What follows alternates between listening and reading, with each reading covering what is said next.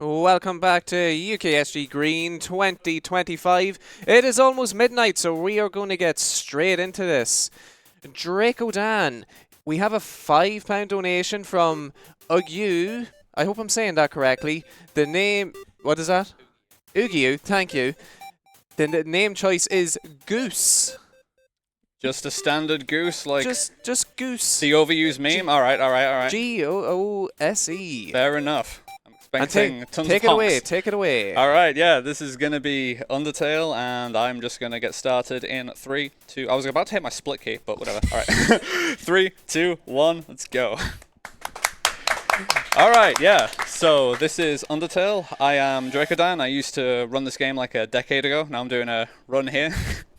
With me here, I've got Saga and Edenate. If you both would like to introduce yourselves a little. Yeah, my name is Edenate. I also run Undertale, and I also speedrun this category, but not as good as Draco. He's got a much better PB than I do. I'm here for the fun.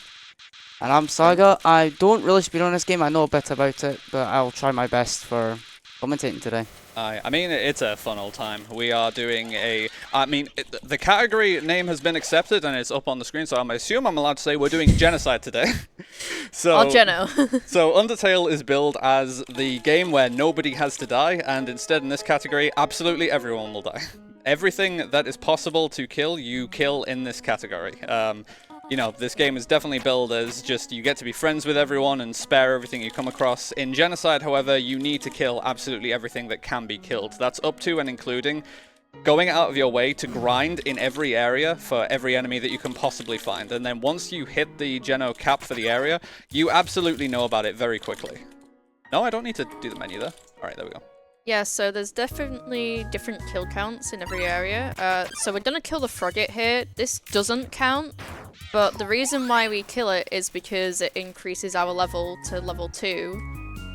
So that will definitely help us, because we need to get 20 enemies here.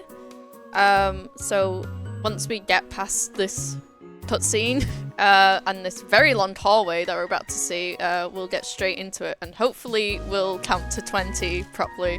Yeah. Maybe chat can help us. This is an RPG, and like your stats do matter when you're actually doing combat, so killing that first frogate requires you to get 20 damage on that turn. If you don't kill it in the one turn, Toriel just comes along and scares it away. So you won't be level 2 for the grind, and you do actually do less damage at level 2, so the kills do tend to be a bit longer if you are not level 2. So I'm going to be doing the first half of the grind in the next room here.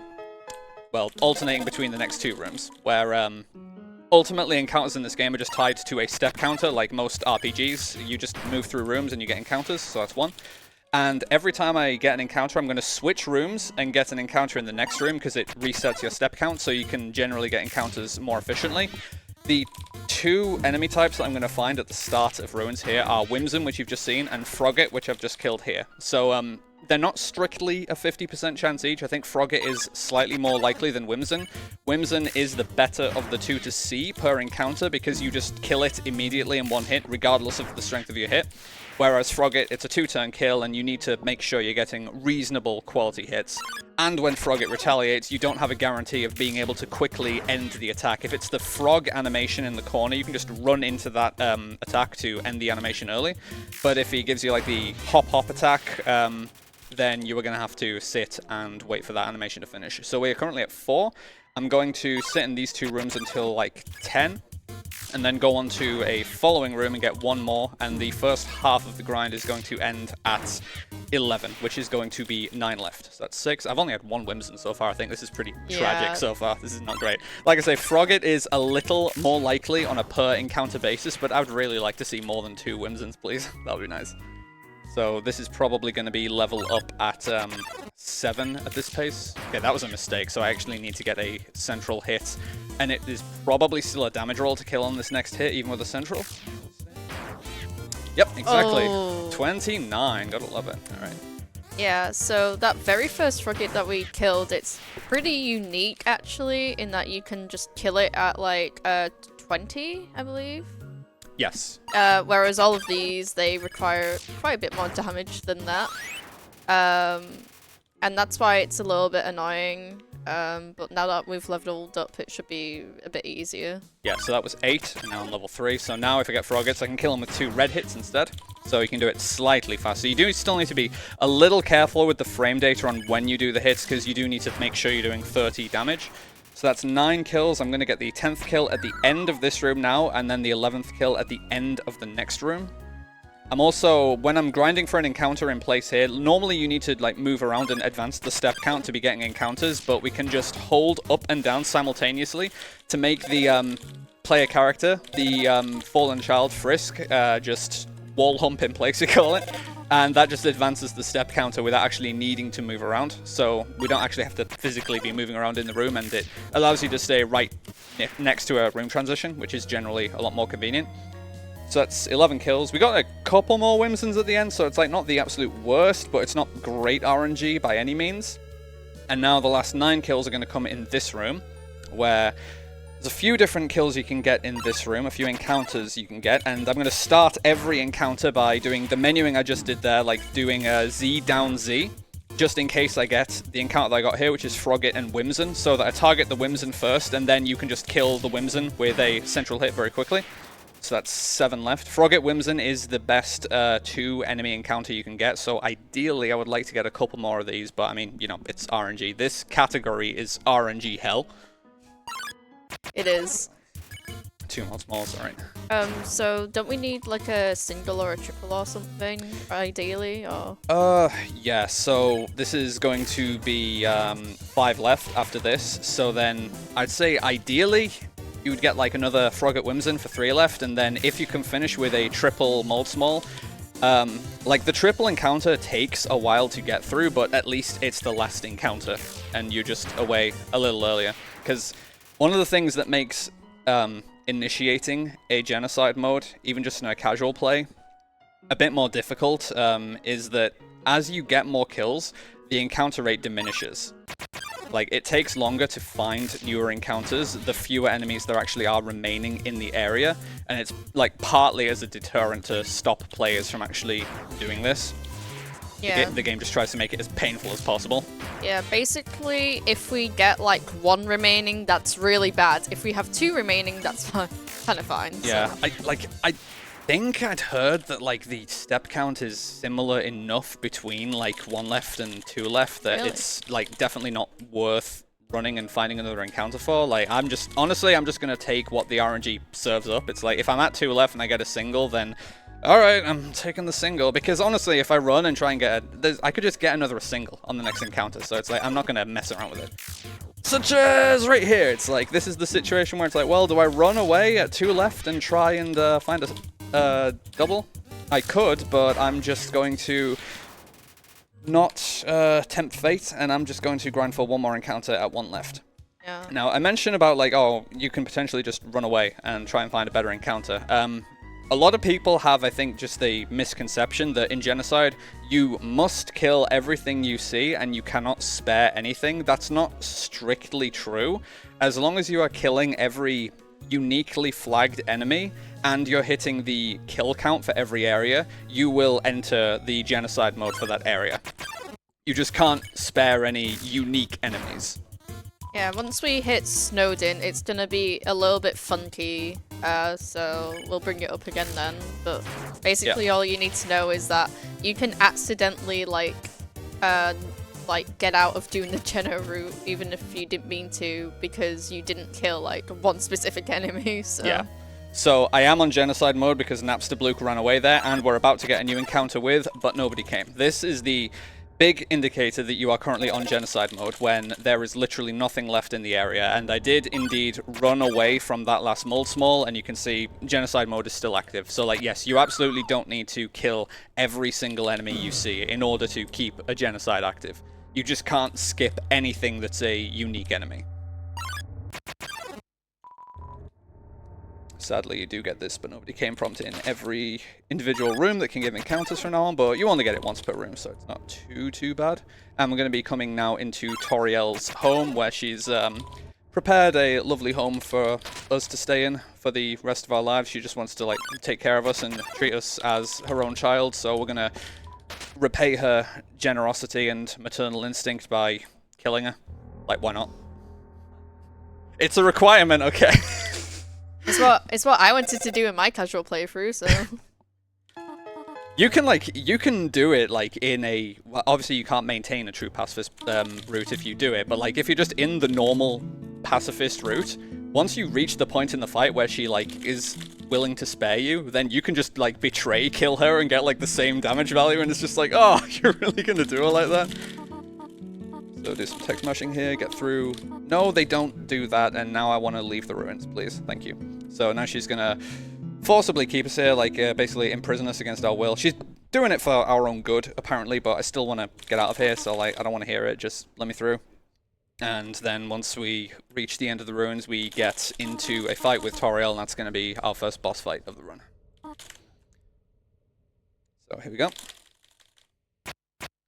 Alright, so this is our first boss, Toriel, and she's dead. Rip Why not? Bozo. Yeah, that's a lot of damage. Like, the canon lore reason given for this is that, like, monsters in the underground, they don't have physical constitution. Like, they don't really have, like, physical defense to speak of. They're instead harmed by killing instinct. Like, the amount of damage you do to them correlates to, like, how badly you want to hurt them. And you do, like, over 9,000 damage to Toriel and kill her in one hit. And she comments on how much you must hate her. It's like, yeah, the game really tries to make you feel bad about what you're doing in a Genocide playthrough. And spoilers, all but 2 boss fights in this route are a complete joke. Like, they're not fights. You just smash the bosses in one hit. The only bosses that are actually going to be a factor are Undyne and Sans. Probably the 2 most well-known fights in this route. So we're instead going to try and leave the ruins here, and we're going to get a nice little Ronald McDonald soundbite, which I'm not sure how Toby didn't get sued for. Like, I can only assume that when Undertale was in development, he must have gotten permission to use that soundbite, because that is a copyrighted soundbite. Just saying. Undertale, there we go. At end of the game, apparently. No, not really. It's the start of the game. I mean, in case you forgot which game you booted up today. Yeah. I mean, I think, to be fair, I think that's the end of, like, the early access demo, right? Yeah, Which is why that's it's there, right. and then it just wasn't removed. But yeah, it's a nice little placeholder part. So we're going to be going through here, going to have someone stalking us through the start of Snowden here, and then we're going to meet everyone's favorite, Sans Undertale, yay, meme character, and whatnot. We have to wait until the end of the game to kill him, unfortunately. But we get to kill a lot more stuff before that in Snowden, where Snowden is going to be the start of, like Eden mentioned earlier, like this is the first opportunity where you can screw yourself out of a Genocide ending, essentially. Like, if you don't kill everything you need to, the ending becomes unobtainable, because, like, you need to sequentially activate the Genocide mode for every area, and if at any point you don't enable the Genocide mode throughout all areas, you just lock yourself out of the ending entirely. So, like, this is one of the runs where you can just render yourself unable to finish the run if you don't do the requirements for it. Yeah, so there's actually quite a few enemies here. So the first enemy should be Snowdrake. Yep. That is one that we need to kill, otherwise it will say that comedian all the time on the save points. And we're also going to kill all the dogs, which is 4 of them, I think. And they don't actually count towards the kill count because Toby Fox is a great developer. Yeah, like, considering we, like, keep track of the kills that we've got through the areas, I've almost been tempted to just, like, use a quote-unquote different kill count that takes into account all of the non-kill count stuff you get, just to make it, like, simpler and not confuse yourself with. But, like, ultimately it's like, yeah, there's a bunch of scripted encounters which don't count towards your kill counter, and then once you get to the grind area, I'm just gonna need to grind like 1 of 2 encounters until I get to the kill limit. Also, here's Ice Cap. I do need a pretty central hit for this. He has 48 HP, I believe. That's fine. Then we come up to Doggo here, so here's the first dog fight. This does not count towards the kill count, so I'll still be at 2 after this fight. Yeah, the way I remember it is, like, by the time you enter Snowden Town and then, like, go back to grind, you're either on, like, 3 kills or 4 kills. Yes. It's 4 kills or 5 kills, because the lesser dog on this screen, this does count towards the kill count. Turn 1 in this fight, I'm going to throw the stick from my inventory, because this lowers lesser dog's guard, and I'm going to be able to one-shot it on turn 2. Again, I'm sorry, it's based on killer intent. I really wanted to kill that dog. I'm sorry, I'm not doing it on purpose. I believe you would do that to a dog. And at this point, the player character is supremely uninterested in entertaining the underground characters and their nonsense. So, like, Papyrus is really excited to spring all of his traps and puzzles on us, and we're just like, whatever, I don't care, just let me go through. Sans, that didn't do anything. I mean, that one doesn't do anything even in a regular run. That's the one trapper that doesn't do anything. And so, hey, we're back to the normal music. Yeah, for now. So here is the first instance where I'll either get a double encounter or a triple encounter. At the start of the grind, it is slightly better to get doubles, such as this one. So Ice Cap Jerry. Now I'm going to spare the Jerry. No one likes Jerry. Everyone wishes Jerry would go away. And now we get the dog couple. Nice little baseline. And so for this encounter, I'm going to take care of Doggeressa first. She's going to take 3 moderately powerful hits to kill. This animation is slightly slower when I get the rotating hearts, but I mean, you don't have any control over which attacks the enemies use. Do we get one? Alright, 2 slow attacks, whatever. I didn't want to go fast anyway. Yeah, it'll be funny if we get the slow attack on the Greater Doggo as well. Yeah. Watch this. There you go. And then a central hit for Dogami once he's grieving for his dead spouse and therefore takes more damage. Like, yeah, again, this is pretty dark, honestly. So I got a double encounter where I only killed Ice Cap, so I'm currently on 4 kills and I have 12 kills left during the actual grind segment. And before that, I'm going to ignore another one of Papyrus's puzzles, which Alphys made specially for this, and then we're just, like, not doing it? Like, what? Saves a lot of time, though. Like, this route, unironically, saves a lot of time just going through Hotland, where you just ignore everything and take the elevator straight to the final area. Yeah, I was about to say, that's a fun fact for you. Like, if you've ever wondered what a neutral glitchless run looks like, you basically do this route until, like, Hotland. Yeah. Because you just skip everything, and it's really quick. Like, there's even a distinction of neutral, glitchless, no aborted genocide. Hey, that's what I run. Yeah. Oh, used to run, I should say. Yay! So here's Greater Dog. So it's going to be another fight. This is going to be a 3-turn fight. I can use one of 2 attacks, and one is faster than the other. I'm going to hold down for each attack just in case I get the time-saving attack. Nope, not on that turn. Also, nice music. Everyone loves Dog Song. Alright. Okay, hey, one of 2. Got 1 skip. That's fine. Alright, see you later, dude.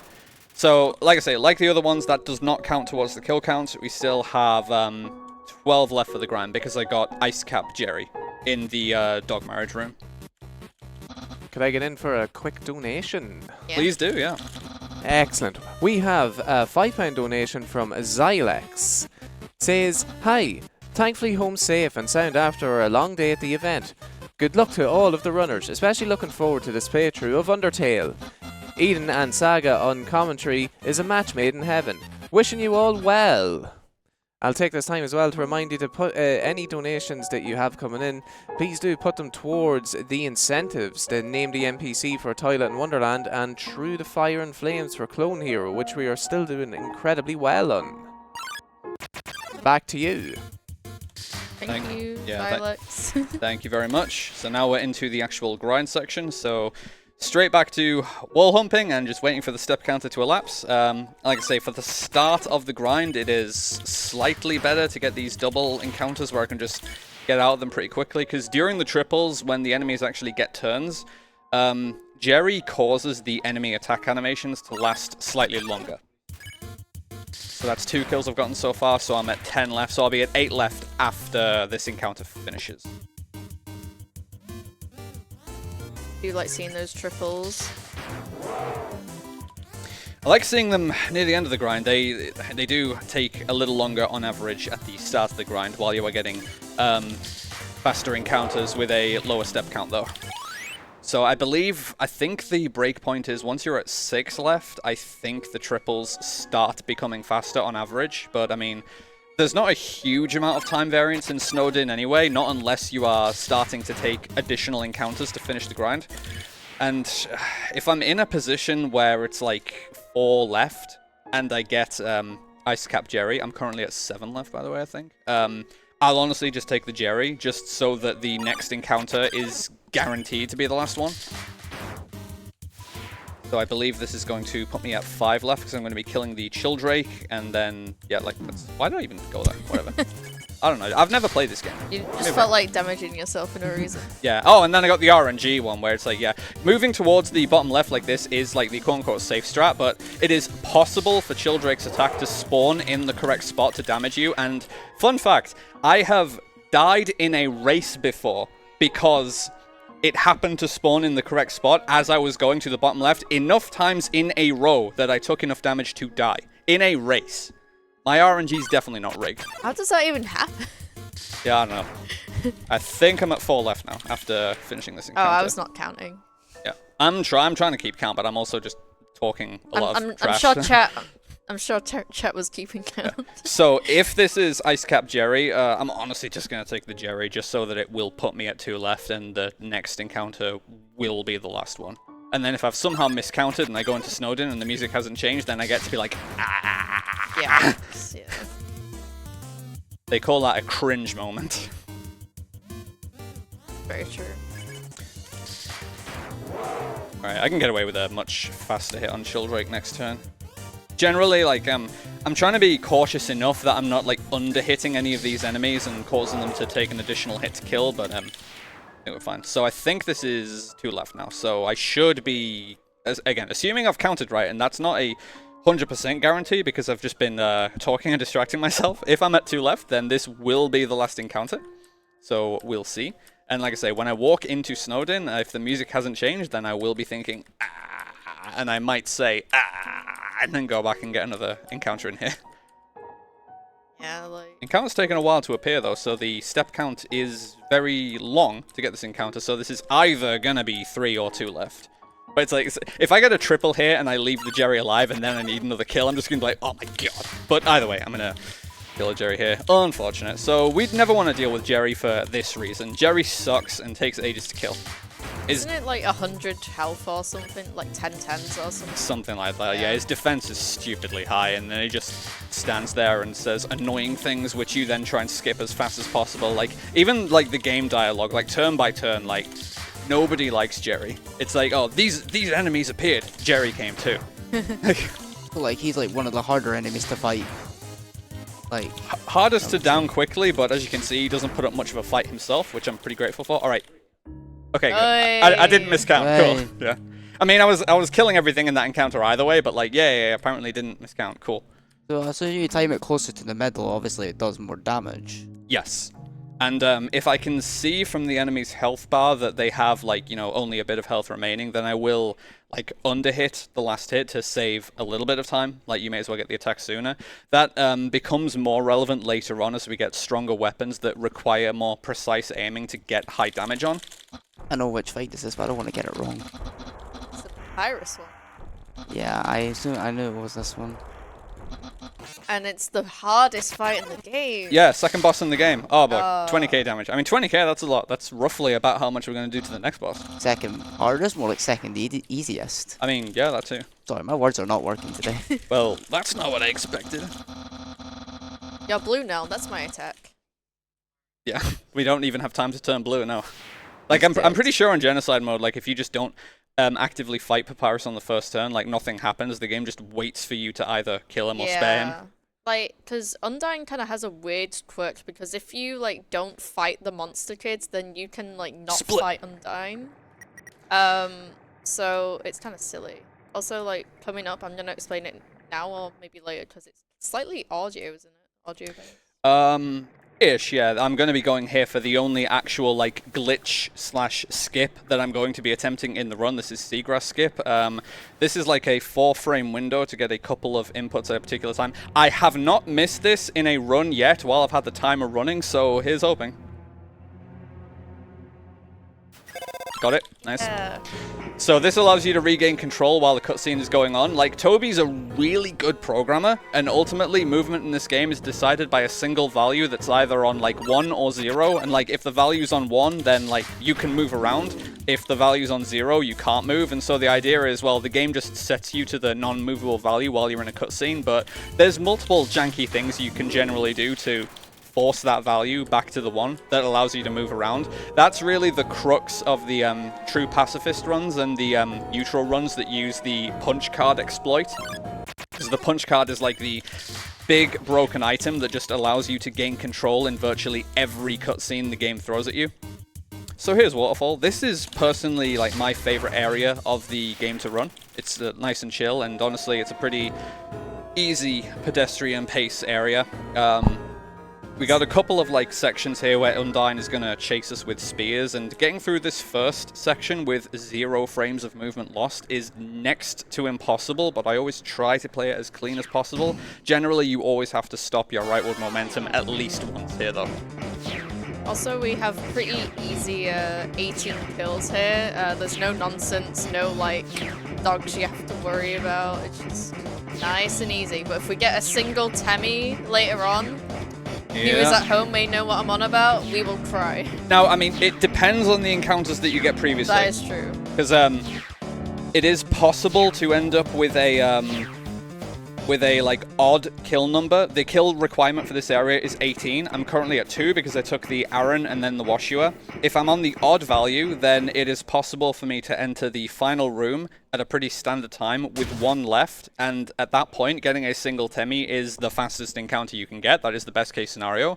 Or in the previous room you can be at 3 left and get the Temmie, and that can still be okay. Since then it's like, well, okay, same number of encounters and now I just need a double, like I need something that's not a Temmie. But if you're on the even parity, then you can be at 2 left at the normal point and just get a Temmie, and then you need to get an additional encounter. So short answer is, it depends. And long answer is, long explanation that I just gave. We may or may not be upset at seeing a single Temmie. Yeah, I may or may not get mad. Yeah. Get some nice dark ambient music here as well while we're going through. Yeah, because there's quite a few easily to kill enemies in this area, so we're about to go into a double mold small, and that's just a pretty easy tough glove. But if we run into Aaron, I really don't like him because that requires getting all the gold hits on the weapon that we're about to pick up, which is called the ballet shoes. So the Aaron is a strange case because if you are using an unboosted hit, you cannot one-shot the Aaron. Of course, I'm still selecting the phone. Yeah, you cannot possibly one-shot the Aaron with an unboosted hit, but once I'm in the double fights where I'm expecting him to appear alongside a Woshua, you can, like, 1.5 turn an Aaron by taking the first turn to act against him and flex, which increases your attack power, and then the second shot will one-shot him. I'm just going to play this fight like, okay, wow, there you go. There's the single Aaron, whatever. So, like, yeah. I just go into this encounter, like, menuing, expecting to just take whatever it is that appears, and unfortunately, single Aaron is the worst thing that can appear here. But like I say, if you know that Aaron is coming, then you can make the first turn shorter by just doing the action for flex, and then the second hit will kill him in 1 if you get an accurate hit. So that puts me at 5, then Shiren is going to be 6, so after Temmie I'm going to be at 8, and I'm going to need 10 left for the grind, which is the even parity. Yeah, so we will be upset if we see a single Temmie. This is the position where Temmie can screw me over, instead of helping. It is possible. This is also a very nice, chilled and relaxing section of the run, so if either of you have anything to chip in with, or if our host has any messages they would like to jump in with, now is a good time for it. I certainly will. I'd just like to give out a big thank you to everybody who's donated so far. Remind you that we have broken 1,000 quid today, which is an excellent milestone to hit on day 1 of UKSG. And I'll give you a quick rundown of where all of this money is going to. Firstly, it is going to Crisis, a charity dedicated to helping people get out of homelessness for good. €8 can provide someone with sanitary products, something that they may not be able to afford while on the streets, while 10 can go towards travel costs to help people attend house viewings or job interviews. 20 can be used to help people struggling to pay their utility bills, and while 100 might be a lot of money, this can help provide the training necessary to help someone not just get off the streets, but perhaps also into full-time and permanent jobs. So again, thank you everybody for all of your donations today, and do please try to keep them coming in these small hours of the Glasgow Knight. Back to yous. Thank you very much. So this is Undyne Spears 2. So unlike Spears 1, you can play this perfectly every time with the right execution. I already have not played with the right execution though. But TLDR, these spear volleys are always going to appear in front of where you are going. Like, they read your inputs and they spawn in the direction that your inputs are currently going. So it's pretty easy to misdirect these, like I did there. And then you just like cut in the other direction so that you pretty consistently avoid these. So I don't think this was literally like perfect. Like, I lost a couple of frames on movement, but as long as you aren't getting hit by any of these, that's the important thing, because every time you get hit, you get forced into like a mini combat scene where you lose a few seconds. But that's fine overall. Also, I'd just like to say, if during the charity message stuff I was just keyboard clacking all over it, I'm very sorry. Just like all the kills in this game, I'm not doing it on purpose. That's okay. I heard nothing. I don't know if chat heard anything. It sounded good on my end. Awesome. I mean, it's a staple of Undertale speedruns that you can just hear the Yeah. Like, you don't strictly need a mechanical keyboard with loud switches to run this game, but I would never run this game without the loud switches. Yeah, fun fact, I run this game on membrane keyboard. Oh boy, that sounds horrible. I think it's great. It's one way to prove you have an expensive keyboard. Mm. Well, it's just my laptop keyboard, so... Oh, I'm gonna try and go for a glitch here as well. It doesn't save any frames, but it's yeah, fun we're when it gonna happens. get Jesus Frisk. I don't know if it's frame perfect and it doesn't save any frames, but still, it's pretty cool when it happens. Everyone in the crowd is like, what the hell is happening? Yeah. We're walking on water, chat. It doesn't do anything, don't worry about it. It literally has no impact on the run. Yeah, Here's Mad Dummy, by the way, soon to be Glad Dummy, once it becomes so angry that it actually becomes corporeal. And then it's going to be like, oh, I'm so happy, thank you, and then we're just going to kill it, because why not? How's that sound? Bye. Goodbye. It is possible to be so good at mashing that you hit that thing for less than 5 damage and it survives and then it just goes, thanks! And then you have to hit it a second time. Really? I thought Yeah. it just always died. Yeah, it is possible to under-mash on that thing and do 4 damage. I think I've done 6 before. Same thing with Temmie here. No! Like on Glad Dummy and Temmie, I don't mash as fast as I possibly can on the fights because yes, you can fail to kill both of them in one hit. How could you kill Temmie like that? She helped develop this game, you know? She went to college. She went to college for this game. Yeah. Well, Yay, I actually killed Mulbig. We can't... No, wait. Bye-bye. Is it we can 8 send left. her to college in Geno, but we can't get her Temmie armor? I don't know, maybe. You probably can send us to college in general. I've never done I it. think you can, but you can't get the armor. So this is the fight where, like, because I know I'm fighting Aaron, I'm going to take the flex turn 1 here. And now on the second turn, my attack power is boosted, so now I can kill Aaron in 1 hit. Like, So funny, even I with got that awful triple. hit. Yeah. So that's 6 left, so now in this room I get for 4 left, and in the next room 2 left, and then I go into the long room with 2 left, and that's where single Temmie can be just play and waste a bunch of time for no reason. Thanks, Temmie. Also, nice trip when I don't need it. Good trips. Okay, you're getting them out early now so you don't get them on Undyne. Please, don't say that, please. I'm kidding, I'm kidding. I'm engineering it. Mm-hmm. Alright, so from this point on, the encounters are random. I can just get whatever the game can give me, so I can get a single Temmie in this room as well. Basically, I have 2 chances to get a single Temmie at a bad time.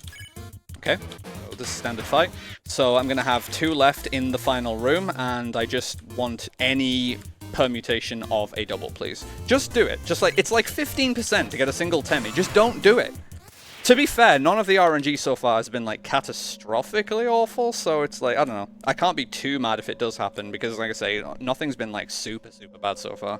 I'm gonna tell you this, I speedrun this category yesterday, and in court, I got about 10 night-night magics. Oh, man. So you That- have really bad RNG on your side. Alright, whatever. That was, like I say, a bad moment was going to happen sooner or later. So now I need to re-enter the room and get an extra encounter. So now, at this point, if I get another single Temmie, that is the best thing that can happen at this point with 1 left. But now I'm not going to get a Temmie when I actually want one. Only when I don't want it to appear. We all hate single Temmie. I was not expecting that so much. I got a little jump scare from that. There we go. Yeah, no single timing. Don't you just love grinding? Isn't this like such a fun category?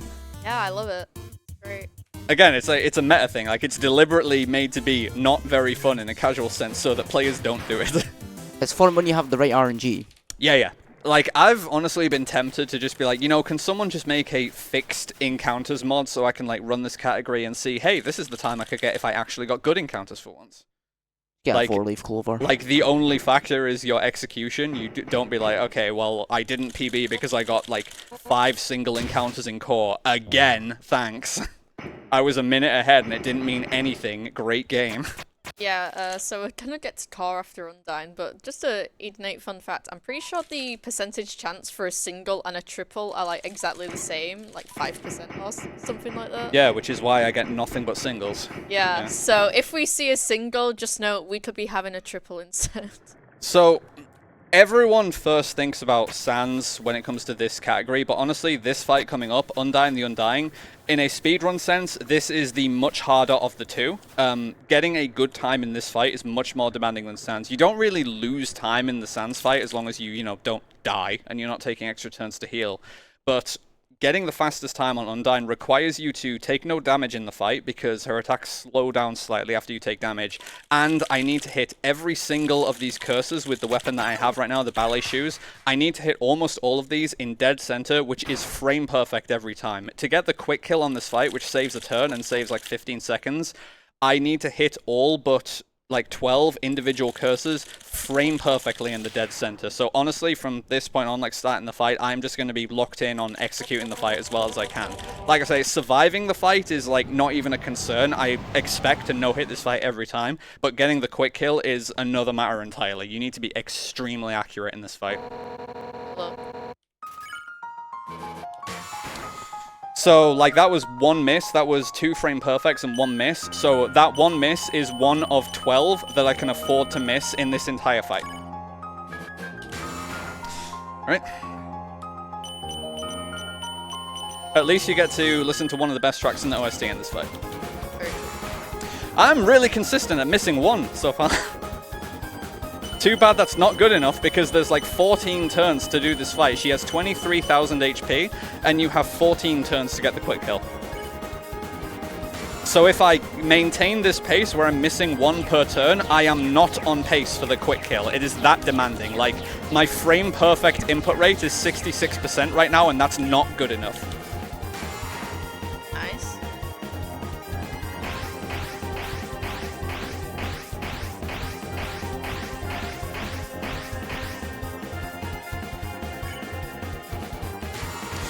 This actually has some hope. This is actually pretty good so far.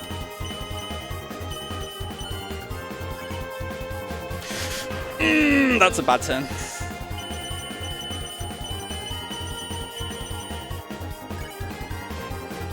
That's really bad. Oh, man.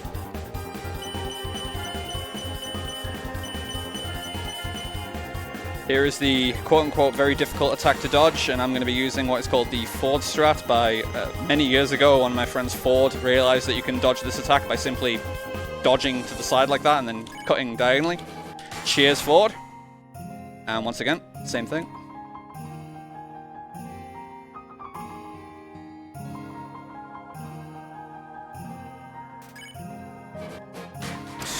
I don't think I'm getting the quick kill here, but we'll see. If I go absolute god mode and have 100% accuracy from here, maybe it's still doable. Definitely not getting it now, unfortunately. Well, at least you're not getting the slow kill. The slow kill. Mm-hmm. Oh my god, what am I doing? Hey, no damage though. God Gamer or something. Oh my god, how does he do it? This fight's so hard. I'll be impressed if you do it on Sans. I'll try. Like, if I get through the first half of Sans with no damage taken, I will turn it into a no-hit attempt, which does lose a bit of time, but, you know, at that point, why not? And then just doing a quick last hit. Like I say, this is one of the opportunities where it's like you're close enough to the fight being over that you can just save a little bit of time on the final hit. And in practice earlier, I tried to do that and she still didn't die. And I was like, what? Like, how did she not die? And so I did get the slow kill. I was like, oh my god, I shouldn't have tried to squeeze frames. Whatever. So yeah, had a couple of turns gone differently there, and a couple of my like 1400s had been perfect instead, I probably would have gotten the quick kill there, and I kind of got my hopes up because the first half of that fight was honestly pretty good. I was on pace for the first half, but then I just choked too many turns, unfortunately. I'm so bad! I can't believe it. I think, has anyone polled like the, say, top 20 runs of this category and how many of those runs have quick kill? Because these days people are a lot more disciplined about hit accuracy, right? Like people really practice hit accuracy in this game now. Yeah, right? I mean, I don't know too much about it, but I'm pretty sure if they don't get quick kill, then I've seen people reset. Oh, that's brutal. Getting this deep and then just resetting for no quick kills. Like, I get it, because like 15 seconds is 15 seconds, but like, as far as I'm concerned, it's like you can have everything up to this point, including quick kill, and it's still like, if the RNG is bad enough in core, you are not PBing. It doesn't matter if you're like a minute ahead. Yeah, so we kind of alluded to this area before, and basically we have a bunch of scripted encounters coming up, but they all count, and it's actually quite nice, because I think astigmatism is number 6 or something like that. Yeah, there's like, technically Hotland and core is the same area. Like if I check a save point now, it'll say 40 left, but you always get 5 in core, so like, in Hotland, yeah. So you enter core with 35 left every time. Yeah, so because there's 40 kills, that's why we were talking earlier about triples, because if you get 3 enemies, then obviously, like, if you get, I don't know, 10 triples, for example, then you've killed... wish. Imagine, you've killed, like, you know, 30 enemies just from that, so... Oh, are you doing empty gun strats? I am, yeah. Oh goodness. I'm just not very good at aiming the burnt pan. Like, it's the slower weapon, so it's like, you know, in a vacuum, they're both equally as hard to aim because it's still frame perfect to get the central hit, but I'm just better at aiming the faster cursors with the empty gun, so that's just what I go for. Like, I know how to do early burnt pan, like, I can do the inputs for the glitch, but I'm just not good enough at aiming it, so it's like, it's not faster on average for me. Oh well. Nah, no bombs, so don't get to hide in the corner. Also, Ethanate fun fact, if you play this category without killing these guys, oh, not this category, but different categories, those guards are gay free. Yeah, yeah. That's why they, like, well, they both die super easily, but they don't react particularly well to the other going down. Yeah.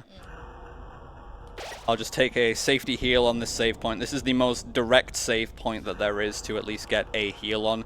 Like, obviously, you don't expect to die anywhere, but if there's one point where it's worth going in with full health, the core grind is very long, so you can take some accidental hits in the core grind for sure. Yeah, and I've not taken a single save this entire game, so it's like, yeah.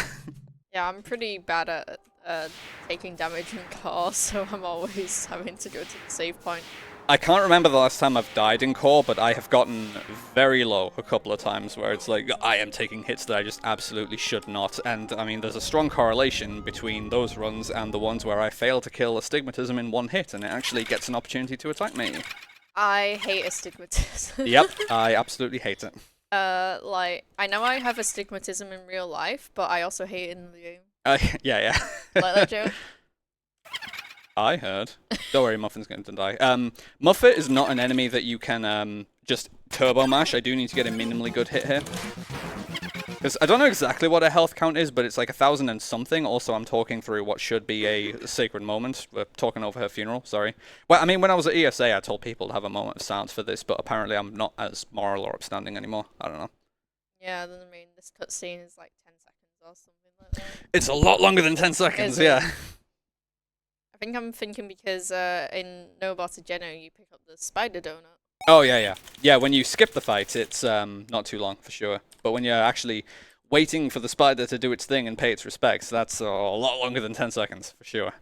So, as you alluded to, I'm going to be visiting Bratty and Catty's shop, which they've abandoned, and I'm just going to steal the empty gun and use it. You can also get the cowboy hat while you're here for more attack power, but I am not a cowboy hat enjoyer. I much prefer keeping the bandage on, your default armor, because while you have the bandage on, your escape rate is 100% from encounters. As soon as you take the bandage off for any other armor, you no longer have 100% run rate, and I much prefer being able to just consistently run as soon as I'm done with a kill count. So, yay, core grind. First few encounters here are entirely scripted, where first we have an astigmatism. That's no way going to be enough for A. Yeah, cool. Good start. Didn't one-shot the astigmatism. So this is the like speed of the curses that I'm going to be dealing with for the empty gun hits. And I do... Like, nice trip there. I do consider myself better at aiming this weapon than the burnt pan. It's like playing with hyperspeed in Guitar Hero, essentially. Where it's just, I just find it easier to react to the higher speed. Yeah, isn't it like Frogget, well, Final Frogget is 100 health, Astigmatism is 120? I think like Final Frogget and Whimsalot are 100, yeah. Yeah. So then there's 2 more encounters before Night Knight and Magic. Now, Night Knight and Magic are the bane of my existence in this area because they both require quadruple frame perfect hits in order to kill in 1 hit. I am awful. What the hell? It's because I'm on comms. I cannot kill Astigmatism in 1 hit. Maybe. So I'll just buffer that hit, so that's 5, so then this next one's going to be 7, and then Night Knight Magic. Now, if I know Night Knight Magic is coming, it is slightly faster to kill the Magic first, because Night Knight Solo's attack animation can be a bit faster, so I'm going to target the Magic first on the scripted encounter that I know is coming. Nice quad when I don't need it. Night Knight Magic is next. I'm not going to hit a quad for those, let's see what I get. As long as you don't get like a free turn on Night Knight. I got my hopes up there. I hit the first 2, but then I choked the next 2. Oh well. And I apparently choked them by a wide enough degree that it wasn't even a critical hit. Yeah. So Night Knight is the more demanding of the 2 for sure. Like, it's possible to hit Night Knight poorly enough that it takes 3 hits. I don't know how that 3rd input happened there, so unfortunately this really could be a 3 hit unless I concentrate on a good hit here. Okay. That'll do. Yeah, just about. Alright, whatever. So now the encounters are entirely random. There are a lot of encounters in the encounter pool in this area, and I can get basically anything. If I just get standard doubles like this, that's totally fine. I'm not going to complain. As we mentioned before, triples are the best and will require me to get fewer encounters, and I would just really like to not get any singles. And when you get a single, it's always Night Knight or Magic, so it just adds insult to injury. Yeah, I think we should hope for That's 11. Frogget Whimsun, so we don't need it. We don't see any Yeah. Astigmatism. I mean, normally I am pretty consistent at hitting astigmatisms. I'm just making a really awful job of it right now. Yay, Night Knight Magic. Awesome. This is going to be a great core, I can tell. At least we got this banger music. Yeah, like a lot of the Genocide music is deliberately, like, nice core, is deliberately, like, you know, not very appealing, but genuinely the Geno core music is pretty cool. Yeah, I think this is my favorite song of the soundtrack.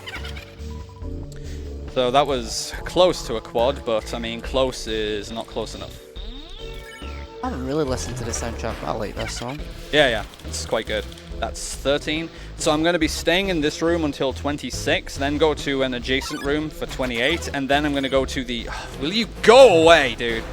Then I'm going to go to the Warrior Path, which has 3 scripted encounters, which will get me the last 7 kills that I need. Don't speedrun games, kids. Be a doctor or a lawyer. Stay in school. Yeah. It's too late for everybody here. But you know what it's not too late for? Donating. A Donating. £50 donation from Hippo Heidi, who just simply says, I think that's a smiley face or a happy content face. Is that 15? Thank you very much. Unfortunately, it is not going towards any incentive, so we'll just remind everybody that is donating to make sure that you pick the incentives. Name the NPC for Toilet in Wonderland. What is that game? And Through the Fire and Flames, which is the Clone Hero 1 attempt through of that song at 175% speed. Exclamation mark donate in chat. Please make sure to put it towards the incentives. It's free. That part, the incentive part. Back over to yous. I think I'm up to 16 kills, and this is awful already. I've gotten more variants of Night Knight and or Magic than any other single enemy. Hey, a triple at least. Yay, first one. Now I just need to get like 4 more of these to have an average core at this point. I hate this area so much. This is where dreams come to die. Alright, 1-2-1, that's enough. The Stigmatism has 120 health, so I finally one-shot it with a 1-2-1. Nice. So I think I'm at 19 now.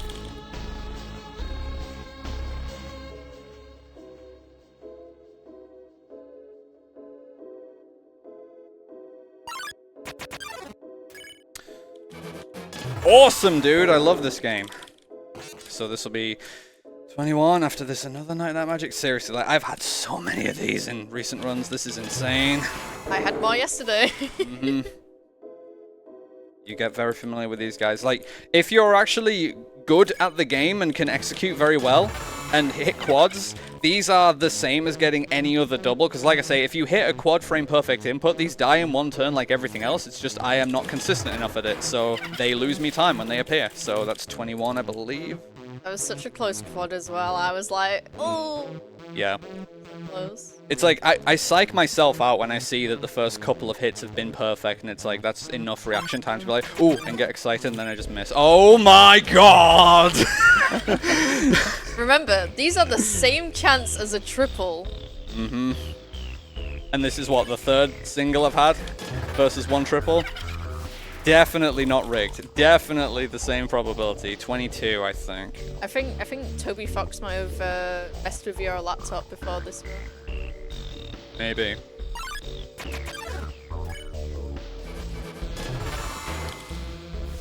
I also hate it when I get a quad on an enemy that doesn't need it. Like when I land quads with relative impunity on Froggets and Whimsons, I'm like, thanks. I appreciate it.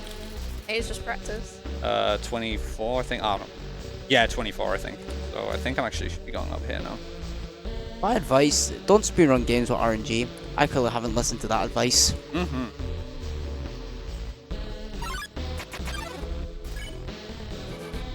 Maybe you triple. So this is going to put me at 27. I do still need to get one more encounter in the adjoining room, but if I get a single, then it is technically the best encounter I can get. If I quad it, it will be the fastest encounter for that room. Pretty difficult input pattern there, but that was not an enemy that required one. So I think I'm at 27 here, so like, in the event that I have managed to miscount, if I get like more than one enemy here, I'll just kill them all, just in case I have miscounted, because I'm going to get 7 more kills at scripted points in the next room anyway.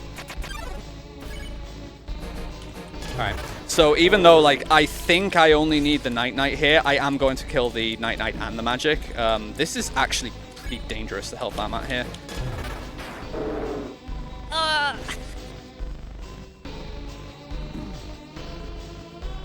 I'm not scared, I'm not scared, I'm not scared.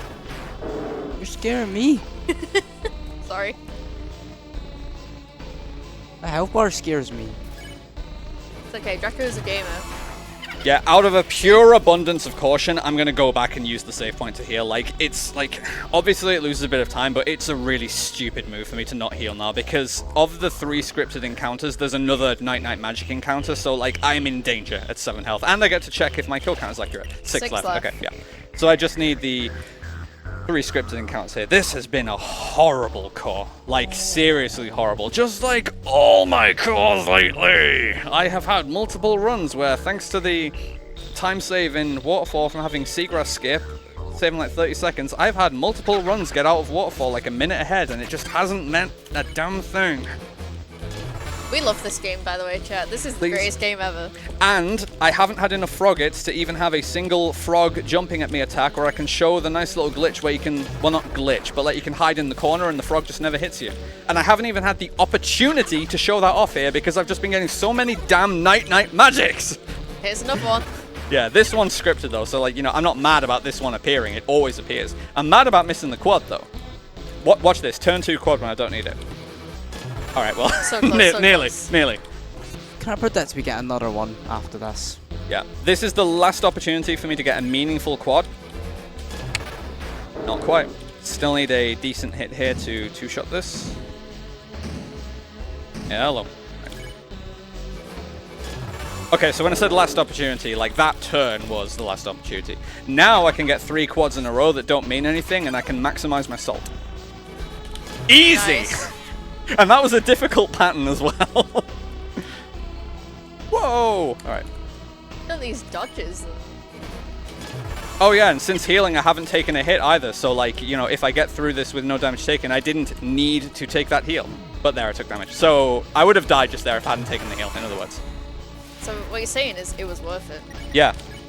So since attack power is irrelevant for the rest of the run now, I'm re-equipping the ballet shoes. Like, your attack power doesn't make a difference in the remaining fights, and the ballet shoes have a faster attack animation. Like, on the Sans fight alone, it saves like 10 seconds to have the ballet shoes on over the empty gun.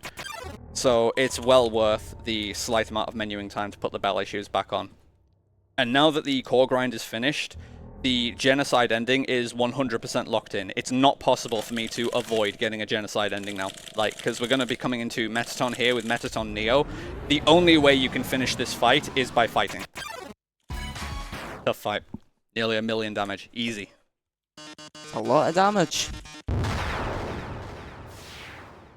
So, like, it doesn't matter what you do now or what flags you try to... I mean, if you edit your save data, obviously you can change the ending, but within the game, it's not possible to change the ending you get now. Like, this will be a Genocide ending now.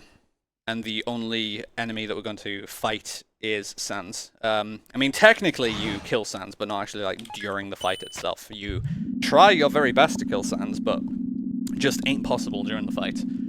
Before that, we get to go through New Home, where Flowey is just going to keep bombing us with unsolicited DMs. You can mash through it unlike the normal game, and you Yeah. have to sit through all the dialogue, and it's like, oh, who cares? And the mashing is really weird on, like, Flowey's text box as well. Like, I don't know how the game polls the inputs differently, but it is a bit different, and the, like, rhythmic technical mashing doesn't really help you as much on Flowey's text boxes. Like, it's worth it to just kind of spam the keys and try and do as many inputs as you can, so that's what I'm going to be doing.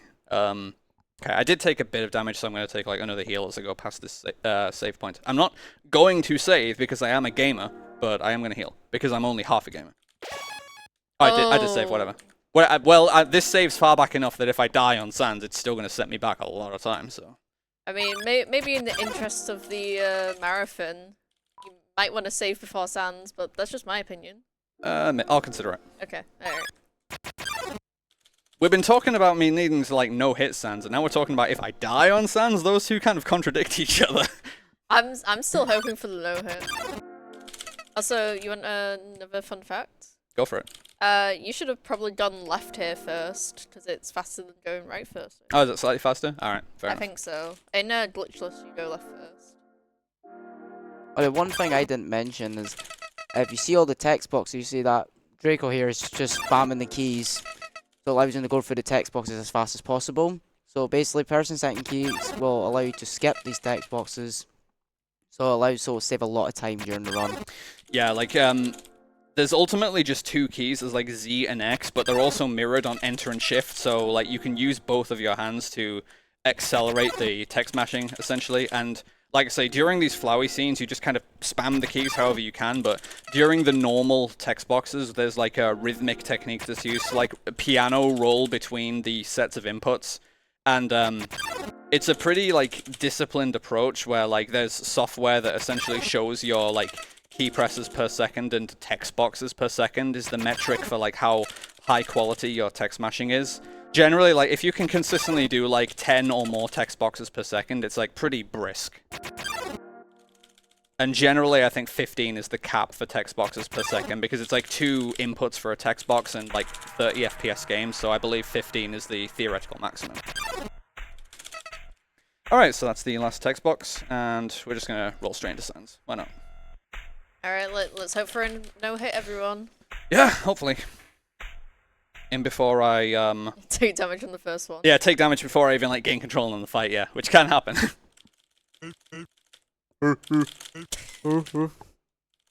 Makes sense. Ideally, your text mashing is consistent and quick enough that the NPCs don't get to emote at all, but, you know, it happens. So this is the most well-known fight in the run, and you cannot progress this fight unless you are attempting to damage Sans. Any turn that you are not selecting fight is a turn where you are not progressing the fight. So, like, where people get stuck on this fight casually is, like, you know, you don't know the attack patterns, and you're needing to, like, heal between turns. to just keep your health high, and you're just prolonging the fight and giving him more opportunities to hit you. So, like, once you have memorized the first half of the fight at least, which is relatively scripted, you start becoming... Oh, well, no hit. You start becoming a lot more consistent at, like, having a shot at finishing the fight, because you're at least then able to progress the fight a lot faster.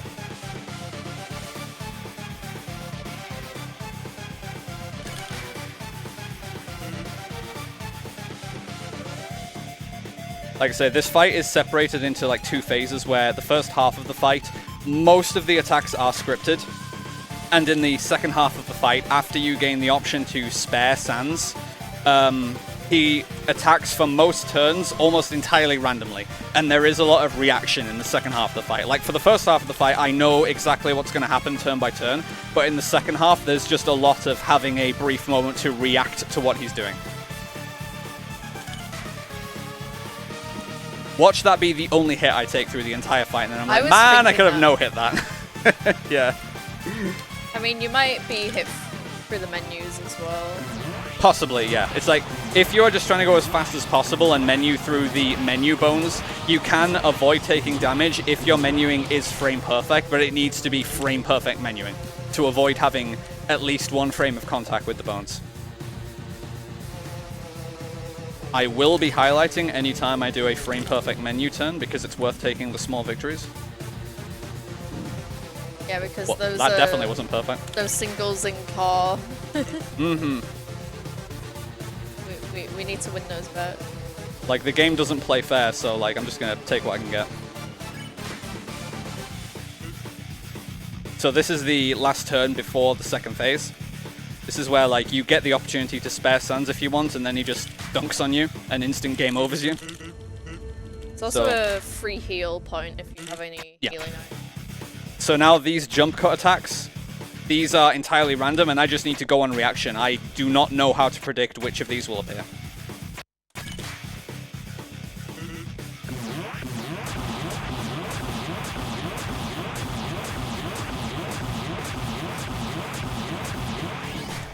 So I did not avoid damage there. That was not a frame-perfect mash. A lot of people, I think, agree that's like the most difficult of the attacks to dodge, like the tiered platform attack. Yeah. Whereas this attack, you can just hold all 4 directions on the keyboard. If your keyboard supports the anti-ghosting, this automatically dodges this attack. And if you aren't exploiting this, this is probably the most difficult attack to consistently dodge. So just hold the keys down and it's pretty free. 6, 7, 8. Oh, that was 9. Okay. Oh, wow, he didn't even, like, speak there. Can I move? Thank you. This is my least favorite one because it's so easy to just take a chunk of damage. I used to hate this one, but I'm really good at it now, so it's fine. I'm a PC gaming nerd, so I've been using like circular inputs on the directional keys for ages. I'm just used to that motion.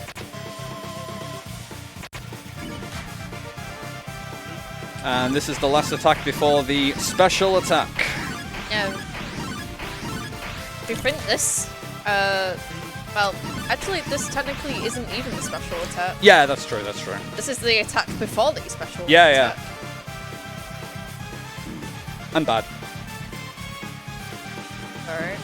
Not scared. At all.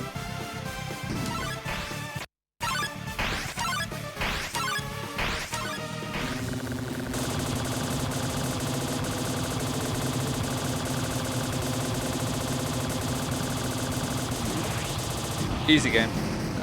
So definitely not a no-hit, but like I wasn't really in danger during the fight. Like, I'll take that. I have in the past choked this fight badly enough to take a death, and it's like, it's a really bad feeling when you die. Like, even if your save is in the hallway directly before, this fight is just so long, you lose so much time taking a death in this fight, and it can happen, like, easier than you think. Like, any of the, like, platforming attacks where you're above, like, the ocean of bones, it's like, if you slip up once and fall into a bone pit, it's like, that puts a lot of poison damage on your health bar, so that eats through a massive proportion of your health. And now we're just waiting, because Sans is taking every opportunity to break through the fourth wall here and be like, yeah, I'm just gonna, like, this is an RPG fight, and I'm just gonna take my turn forever, so you can't ever take your turn and kill me. So we're just gonna be here forever. So we just gotta wait for him to stop talking himself, and then he talks about us getting bored eventually, but clearly he gets bored first because he falls asleep. And then we can just move the box over so that we can actually get over the fight menu and try and attack him one more time. And then we've just got a couple more scenes to go through before we completely destroy the world and literally erase the game world. Like, once you finish a Genocide run, the game just disappears. Like, if you try and reboot the game, you don't have Undertale anymore. Yeah, you have to wait 10 whole minutes. But yeah, I actually quite like, you know, at the end of the Mad Dummy fight, the normal one, like, he just says, like, you're gonna be stuck fighting me forever. So it's kind of like a little fun foreshadowing moment. Yeah. At least when you delete the game, at least you don't have to buy it again, because that wouldn't be very ideal.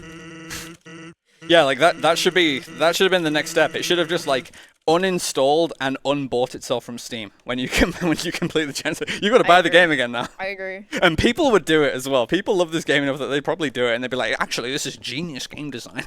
But you've got to spend money twice. If there's any messages from our host, now is the perfect time for it. I was just going to say, speaking of spending money, we do have an £8 donation from Guy Witt, who says, "Screw being a pacifist. I think I'll use my fists." I'm feeling evil, think I'll kill Why them not? all. I mean, I think it's up to interpretation whether you use your fists when you have the tough glove, because my interpretation of the tough glove is you are just holding the glove and you're just slapping them across the face with it. And that's what I think you're doing with the tough glove. I don't think you're actually putting it on and punching them. Alright, here we go. Here we go. Oh, we're going down. Alright, I'm gonna do it. Oh, never mind. And then, alright, fair enough. Owned. Rip Bozo. Yeah, that's a lot of damage. Bye-bye. Oh, my hands are getting tired. You should try doing a TPE run. I love I mashing have. through that. I used to run like every category this game has to offer. I don't run this game anymore.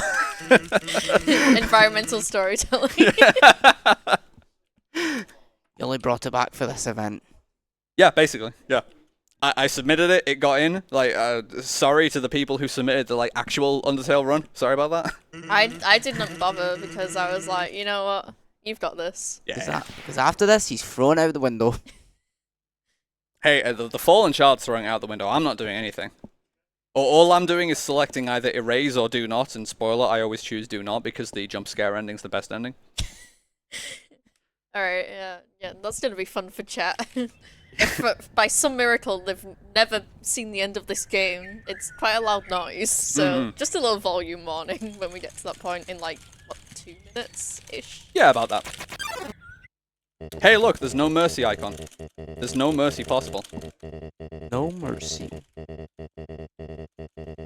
Also, it may be possible, if I lift my laptop a little on the camera, you may be able to see, on the screen, you've got the fight menu in like the bottom left. That's just your bottom left icon. Also, it's the same spot on my laptop on my stickers. I only have the fight icon. I only fight. I don't choose mercy in this game, so I only have the fight sticker in the appropriate spot. Yay, thanks, Flowey. I wish I had a sticker like that.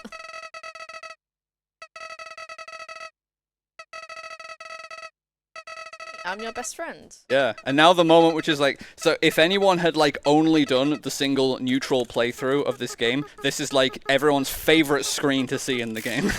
Like, this is what everyone wishes they can do to Flowey after a neutral playthrough. Like, just get out of here. And then we just have a couple of moments where we... I don't actually know what, like, the lore canon reason is here. Like, do we unseal or resurrect Shara or something? Like, I don't get what actually happens here, but, like, whatever. Goose is back, and now they're free to just destroy everything. Yeah, thanks! Appreciate it. And now we just smash through a bunch more text boxes, and honestly, like, this is the point to, like, be doing the sign-off stuff. So, like, yeah, this has been Undertale, this has been the Genocide run. Thanks very much to UKSG for letting me do this. I'm Drakodan. I really don't run this game very much anymore, but if you are interested in this game, the Undertale speedrunning community is extremely active. Like, it is an absolutely bustling community, so like standard, you know, go to speedrun.com for all the Discord link stuff. Like, there is a lot of resources and documentation for this game, a lot of people to help you get started. Thank you very much, Eden and Saga, for joining me. Any comments from both of you?